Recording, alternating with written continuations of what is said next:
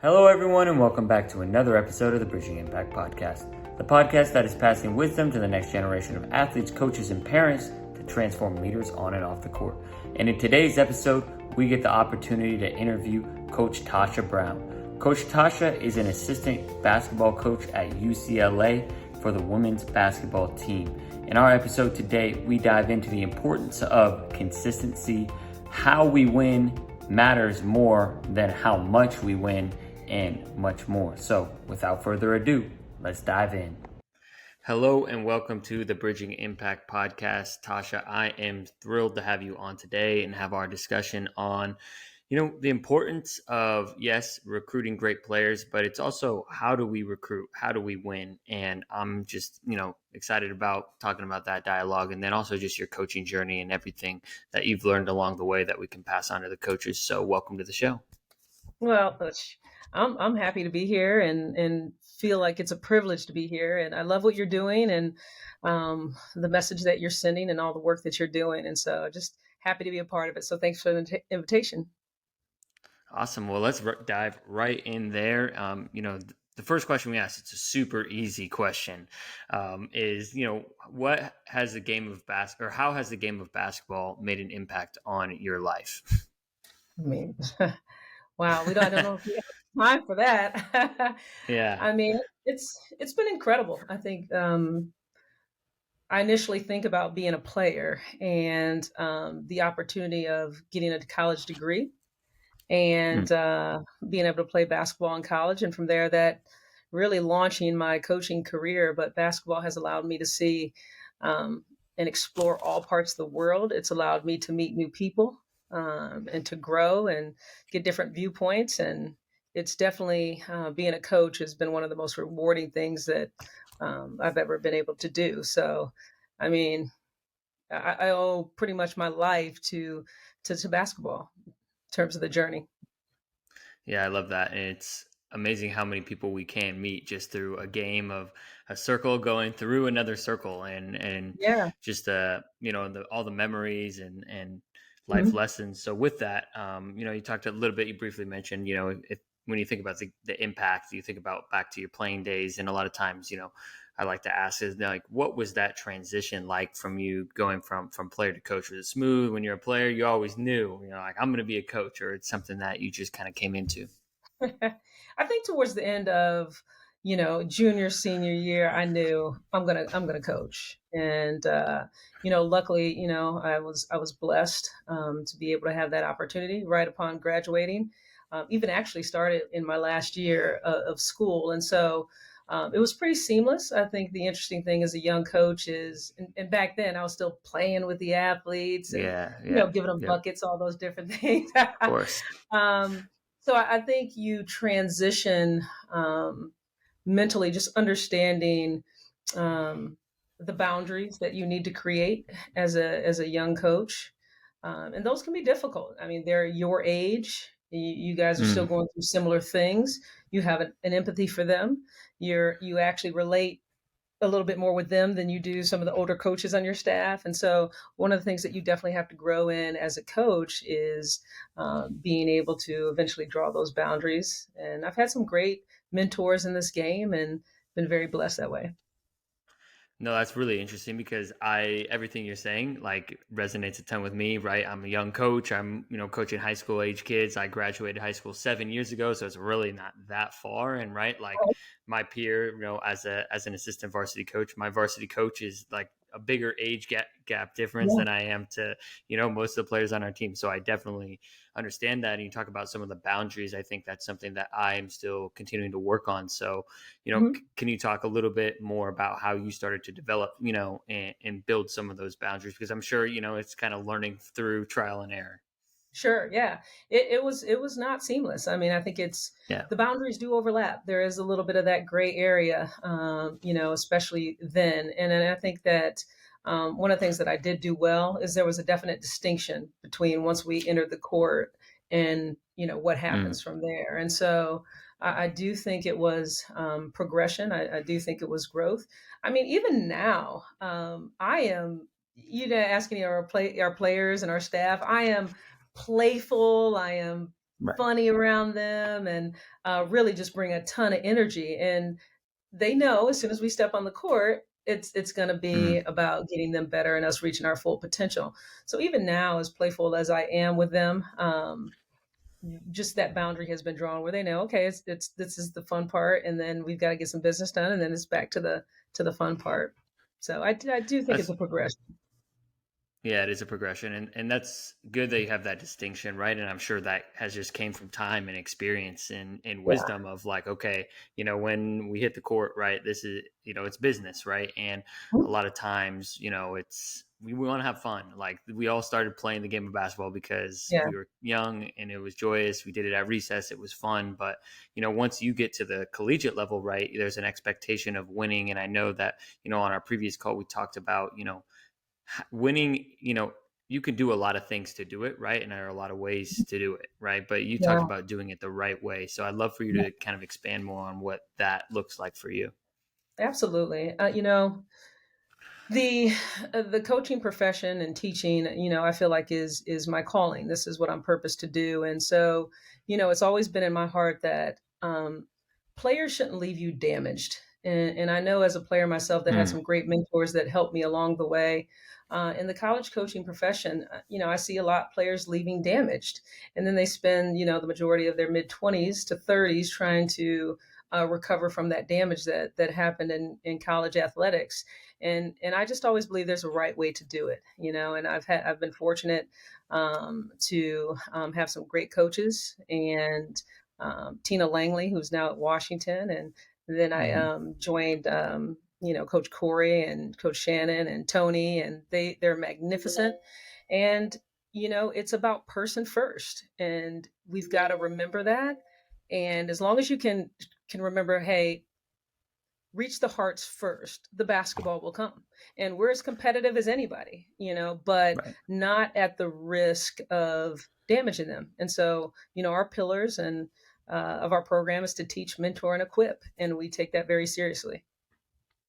Yeah, I love that. And I'd love for you to expand on what does like person first like look like? hmm Well, we spend a ton of time with our players, and number one, they're always in our office, and all of them a little bit Right. differently. We might have one kid in here 3 hours and another kid in here 50 minutes, Right. but we meet with them every week. We have spent time with them before practice every day in the film room. We have team bonding and we have team building, which are different. Okay. Team bonding is that fun stuff. Team building is learning how to communicate and be honest and authentic with each other and how to grow together. And we spend a lot of time outside of that, having dinners at Coach Corey's house, and maybe we get ice cream and lunches here. And all of those things are intentional to spend time with our players to get to know them. Because how can you coach them if you don't know them? You know what I mean? And how can you help them be prepared for life after basketball if you don't know them? And so, we really make sure that we spend the time, and it's a lot of work, and Yeah. but we do that. Yeah, 100%. So, I mean, a lot of it sounds like a lot of the building and the teaching and the coaching, what you feel called to, a lot of it actually happens off the court, right? A lot of these different like life skills, right? That's what Bridging Impact's all about, right? Building leaders on the court that way, when we all eventually hang up our shoes, everyone hangs up their shoes. Mhm. We're equipped with those life skills. And so with that, I would love, for you to talk about like what or share any stories around like some, I feel like team building, team bonding, things that happen off the court that you feel like end up translating on the court. Hmm. Um, Well, let's say one of the cool things that we did this year that I think everybody loved was one of our alumni, her and her family. They have like this big yacht, and so Okay. before the season, we all went on this yacht, and I mean, it was a complete day. We arrived in the morning, then we got to the boat. They were out laying around. They were jumping off the deck into the water. They're pulling each Right. other on, all these tubes and stuff. And then we had lunch, and then we had some more things, but when you ask them what was one of their favorite parts of the year, most of them will say it was on that boat. But it was during that time where it wasn't just Coach Tasha. It was them being able to see me in a different light, and Coach Corey and Coach Shannon, and bonding with their teammates, just really spending intentional time and laughing and joking. And there's so much power in becoming a team in just that. And so, that would be like an example of some of the things that we set up. Or, we might have a party at Coach Corey's house, and they convince Corey to jump into the pool. And so, Right. there's all these little moments that really build trust. And that's what it really comes down to, that they trust that we care about them and that we have their best interest at heart. And if we can build that relationship and that trust, then anything that we do on the court to push them towards their goals and towards their greatness, they will trust that we have their best interest at heart.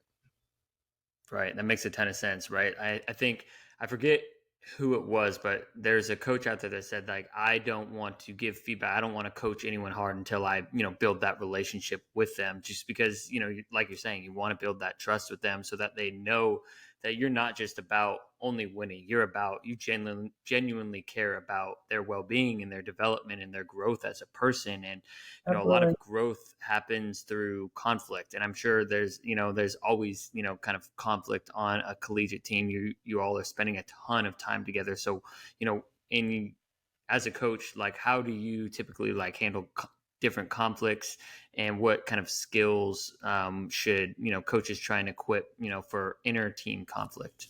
Sure. Well, we're going to talk about everything.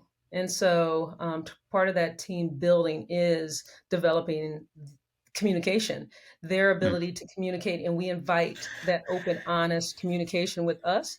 And then they know that we're going to give that open, honest communication with them back. And so the ability for us to sit down in a space and talk through how they're feeling, we do that all the time. And so that's a big thing for us. The other thing that people, I think, miss a lot when you think about growth and learning is sometimes before you can have growth and sometimes before you can have learning, there's a lot that has to be unlearned. And Mm. so when these young women come to us, they've come from great families and different experiences. And sometimes there are some things that they've learned to believe about themselves that even society has said that's incorrect, or some things that they've said to themselves that's just not correct. And so sometimes we have to spend a lot of time on getting them to unlearn those things that aren't true about them, so we can deposit those things and help them uncover the beauty of who they are. And so much for women in basketball and in life is about self-image, because one of the things that we believe is that you'll never outperform your self-image.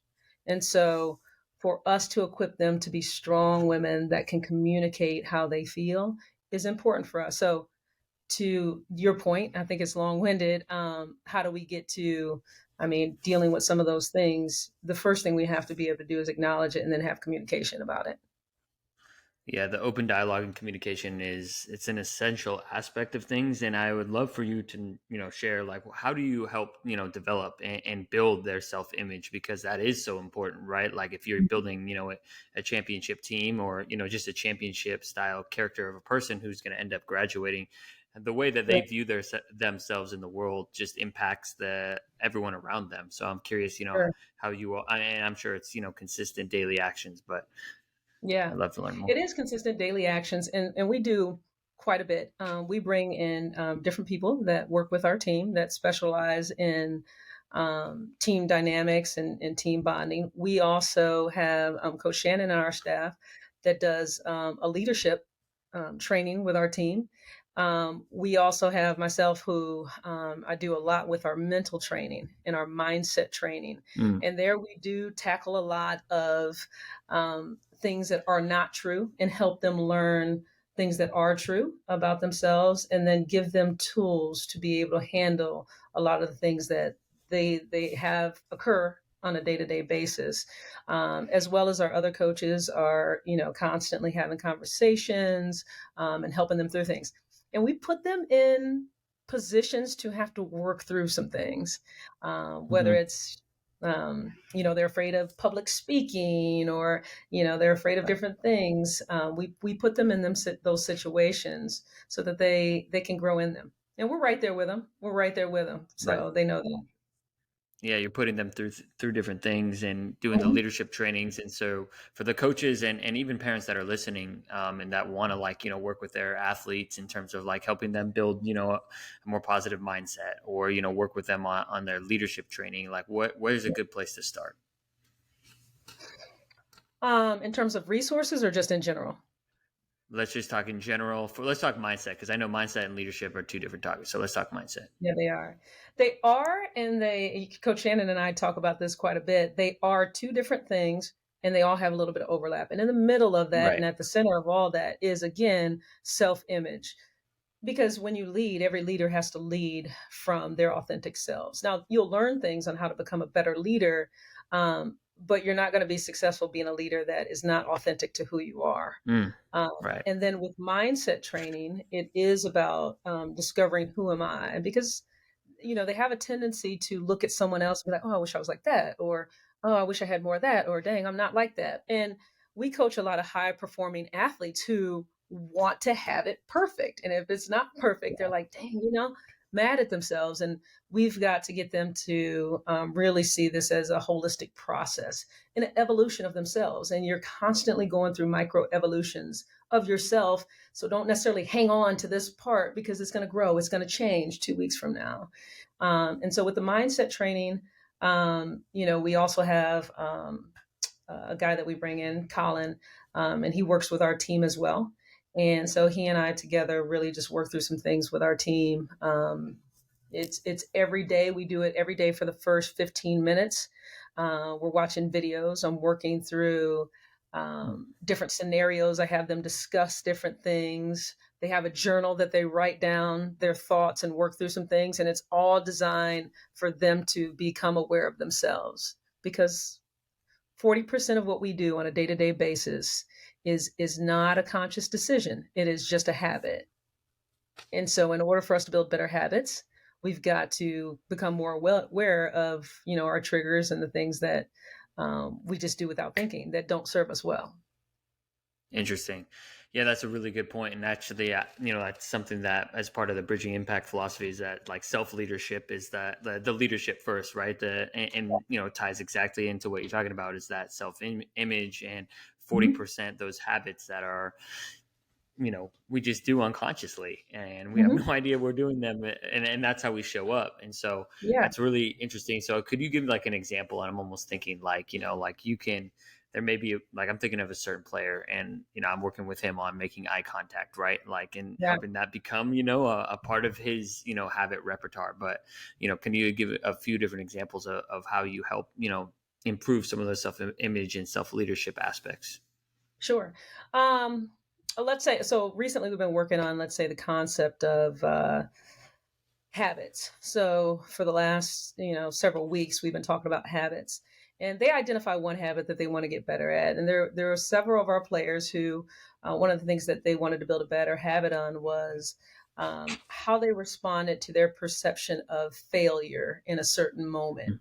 And so with, one of our young women, we were identifying the way that we could help her through that moment and kind of like a reset, we call it, to get back to neutral, which is even. And so one of the things that we talked about we would do is anytime she had that moment that she would give one of us eye contact. And it was either we recognize it and we call her name and get that eye contact, or she has to get out of that moment and give us eye contact. Excuse me. But together, her reset will be eye contact. That's the first thing. And then we'll get her recentered back to the next thing. So that could be an example. But that's not easy in the moment, especially for someone that is used to being right. And so it could be something just that small. Right. Just the little things. Yeah. Yeah, keep going. We talk a little, for example, is we talk about reset routines during games as well as practice. And so everybody on the team needs to know everybody's reset routine so they can help them through it.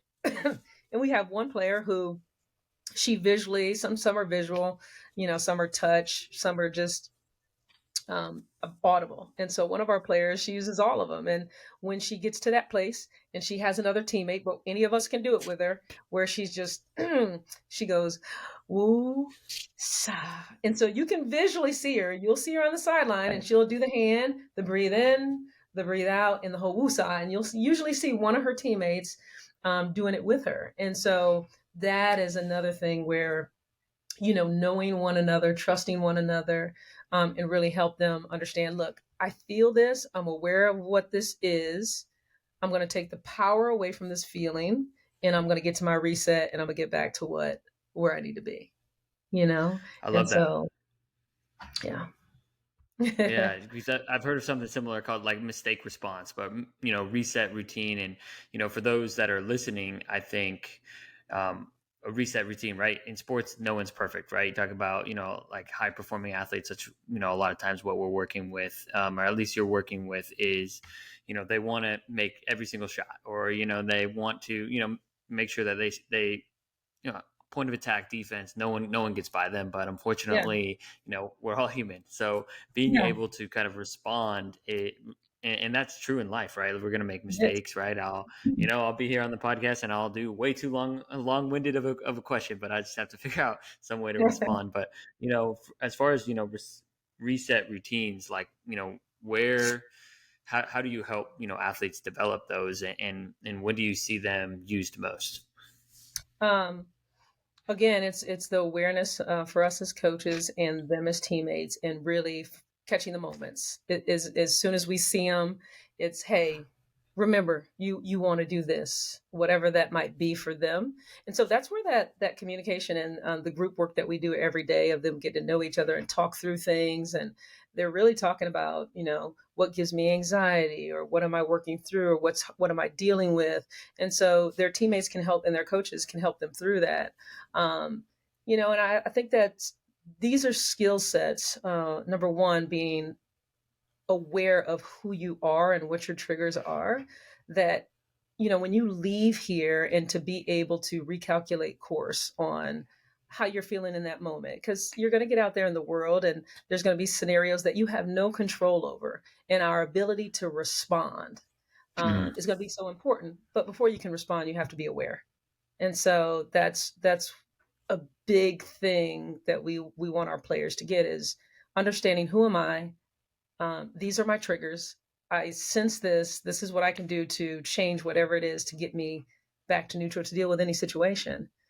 And so Right. it's pretty cool when you get those text messages, even from kids who have left 3-4 years ago, and they're like, I'm with my professional team and I just did this. And, that's pretty cool. Right. When you're seeing it really in action, the post Yeah. sports world. And, obviously, I think the word that I'm, continuing to hear is awareness. And a lot of it is just creating space for that awareness, because I think a lot Yeah. of times, at least I know as a young coach, sometimes I want to have my practice plan that's filled all the way out. We got to get through this, and this. And I think it's a challenge as a coach, to try and fit it all in. But creating that awareness is, for those of us who really want to, strive and impact players, which I am sure a majority of, coaches want to do, post sports, is we have to create space for them to start creating that self-understanding for themselves. Sure. And it's difficult. I agree with that. And like you mentioned before, so much of it is done off the court, and we're competitive, and they want to win, we want to win. So when we're on the court, we've got to challenge them, and we want to have joy, and we want to have struggle every day. Coach Corey's always like, we're going to have joy and we're going to have struggle. You need the struggle to grow, and we want that joy. And so every day our job as coaches is to bring that those opportunities for them to have joy and for them to have struggle. And within that, we're still coaching the other parts of them that we know mentally that they're trying to work on. But it does take that a lot of time off the court. But at the same time, we want to compete, and we want to win, and we want to be great. So Right. you got to do Right. it's both and. But Right. Yeah. one better.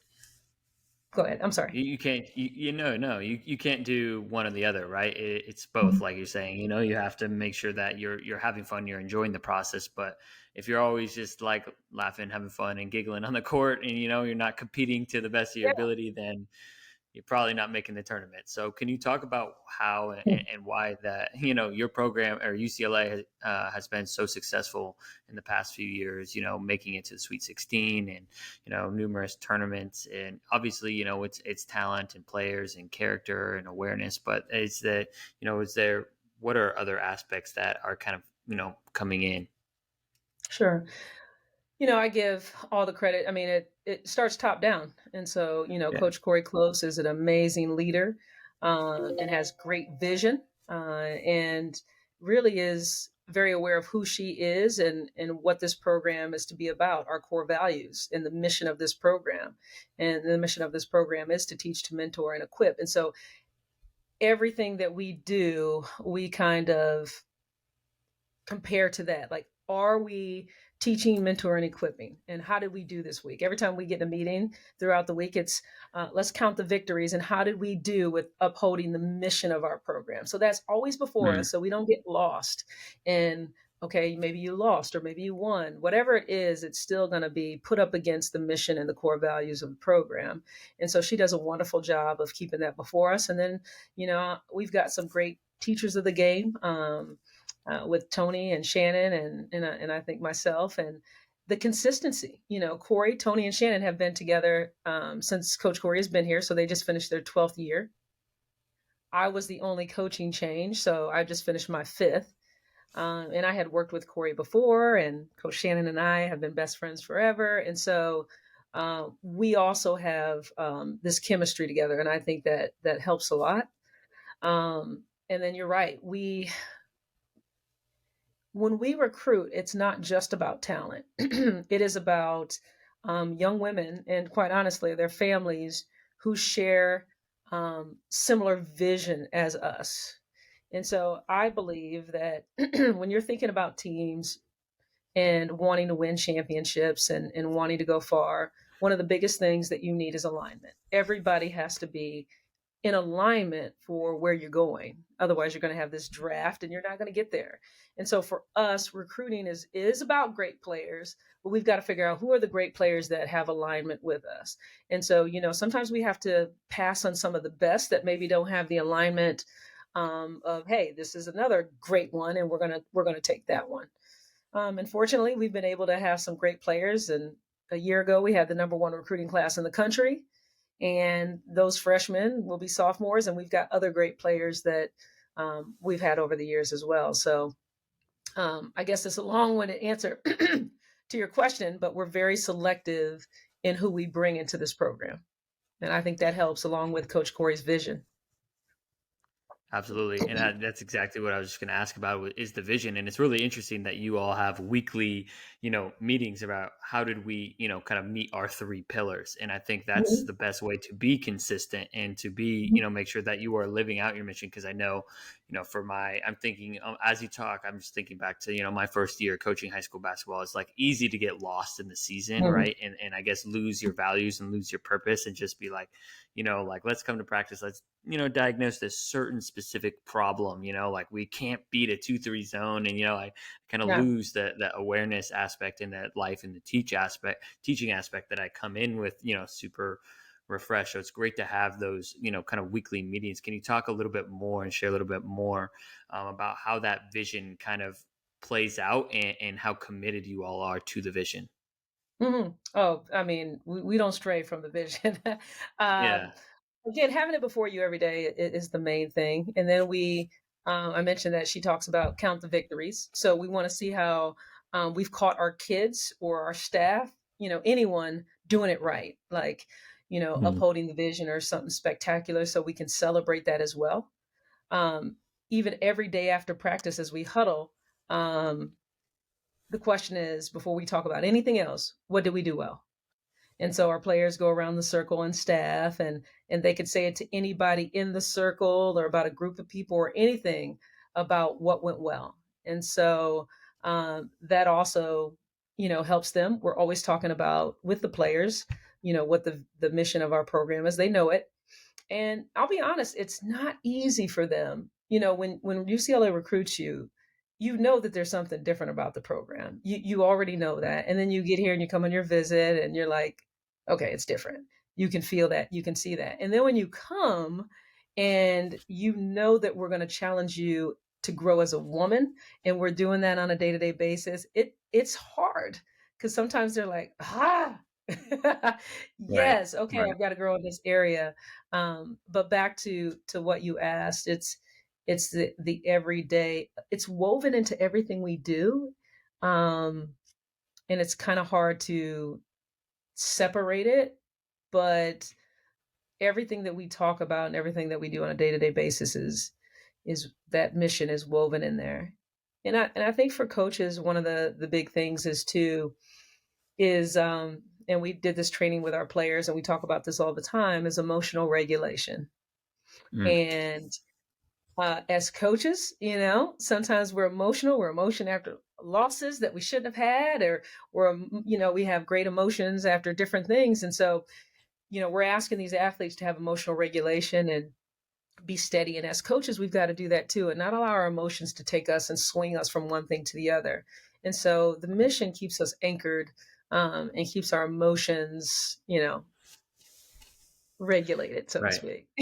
Regulated, grounded, whichever word we want to use. But I think that is really important because there are so many ebbs and flows in a season, right? You go on a 2-3 game win streak, you're like, oh, we're the best team, we should be ranked number one, and then you go on a 2 or 3 game losing streak, and you're like Yeah, pulling your hair out. You have no idea what's going on, and how do yeah, we fix this? And we're trying to diagnose this and that. But it's great to have that like pillar and core. And as I kind of hear you talking about, a lot of times I've had mentors in the past talk to me about, you need to work on building out your coaching philosophy, right? Like, yeah, and that to me is like having that strong vision. And, for me, I guess I'm still trying to figure that out as I go. Like, I have core pillars and values, but sure. for like establishing a vision, like what are some of your thoughts on that, for a coach like myself and the other coaches and maybe even parents that are listening as well?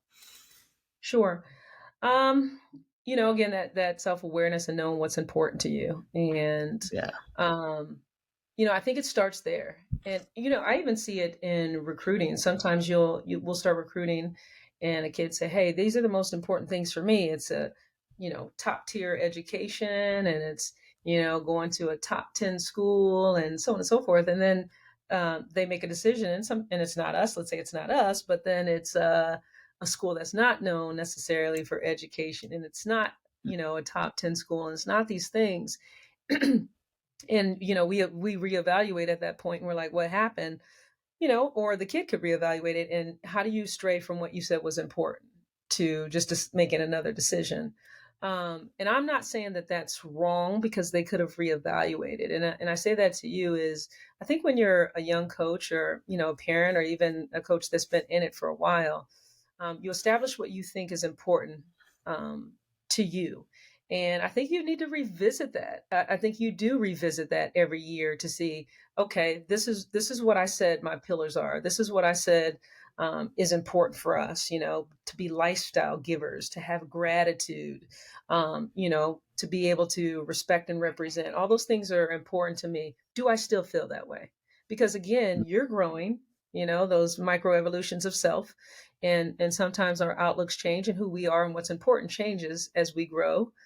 So I think it's Right. important to establish, to know yourself, know what's important to you, write those down, and then don't be afraid to every year come back and look at those and say, how did I do? And are these still the core values that are important to me? Right.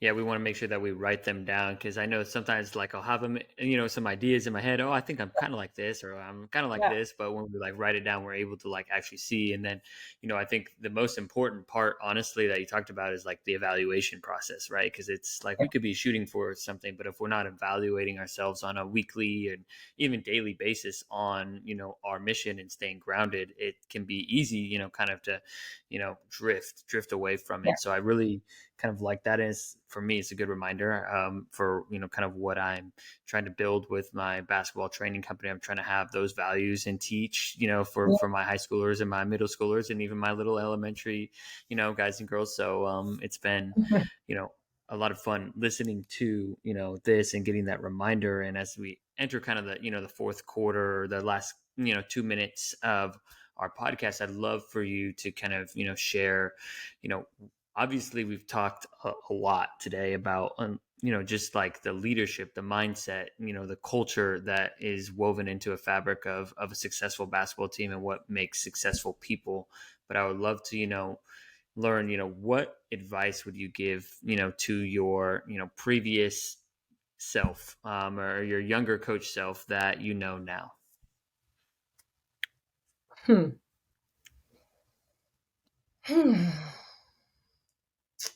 a great question. I should have expected that question.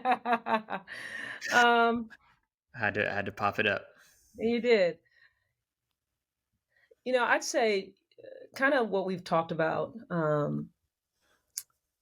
to not be afraid to allow myself to grow and to have patience.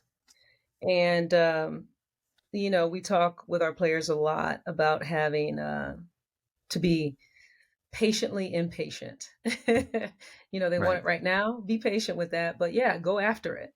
And so I think when you're young, a lot of times you're often thinking about, oh, I've got to arrive. It's the next thing. Right. It's the next job. If I get to the BCS and if I could do that, and then I'll arrive. There is not a place to arrive. And that's what I would want my younger self to know. This is all a process. It's all a journey. And to fall in love with every part of the process. That's what it's really about. There's no arrival point here. And we talk to our players about that a lot. Even if you win a national championship, there is no arrival because the year is going to start again and you're going to want to win another one, right? And so you've got to find and be patient, find joy in the process, be patient in the process, and love the joy and the struggle in it. And that's what I would want my younger self to know, and to really be okay with allowing myself to grow and to change. That's okay. But I do think a lot of times in this profession, you skip steps because everybody wants to make the big jump to the next thing. And there's so much value in being able to go through the process so that as you grow in this, your character grows along with you. And I think if you miss steps, the pieces that you need to grow in character, you miss also. That's a really interesting kind of way of looking at it and understanding, we want that, next thing. For me, I guess, as my high school, my freshman, sophomore coach, I want to be varsity. Right. Really in reality, last year I was coaching 4-year-olds, or 4 to, and so it's kind of that leveling up and enjoying the part, different age and stage of the players that we're coaching, right? Like someone may listen. I know we have a listener, he works at Boys and Girls Clubs, so second grade through 8th grade, right? But those are still really important years that we're coaching and impacting, players and kids. And so just of, being thankful that we get the opportunity to be a teacher and mentor for whoever is and whichever team are in front of us is a privilege in itself. And so I really appreciate your time today and wisdom that you shared with us. Do you have any final parting words? Well, I just again appreciate the opportunity to come on here. I love what you're doing. Anytime that we're helping to build up the youth and really bridge that gap and provide some knowledge or just different ideas, I think it's great. I think being able to share ideas is in this profession is an awesome thing. And so I just want to thank you for allowing me to be a small part in that. Absolutely. Loved having you on. And where can people, find and potentially connect? And where's the best place to watch UCLA women's basketball? Hey, you can follow me at Instagram and Twitter is @Coach Tasha. And I do a lot of behind the scenes and all those different things. And also at UCLA WBB on Instagram and Twitter are the best places to to watch us. Awesome. Well, I'm excited to watch you all. National champion this year, right? So hey, that's what we're going for. That's right. That's what we're going for. Well, I'll definitely come check y'all out. I'm close by. So thank you so much for your time today, Tasha. I really enjoyed our conversation. Awesome. Thank you for listening to this episode of the Bridging Impact Podcast. We'd love it if you would like, subscribe, leave a comment and a review on whatever platform you're on. It's the best way to help us grow. We appreciate you for doing that. We'll shout you out on social media. I'd also love if you connected with me on social media. Let me know your thoughts, and this is why I do it. I want to share knowledge and wisdom from experienced leaders to people like yourself and myself, so we can have this dialogue and move forward, make an impact on the world. So stay tuned, stay subscribed. Cheers.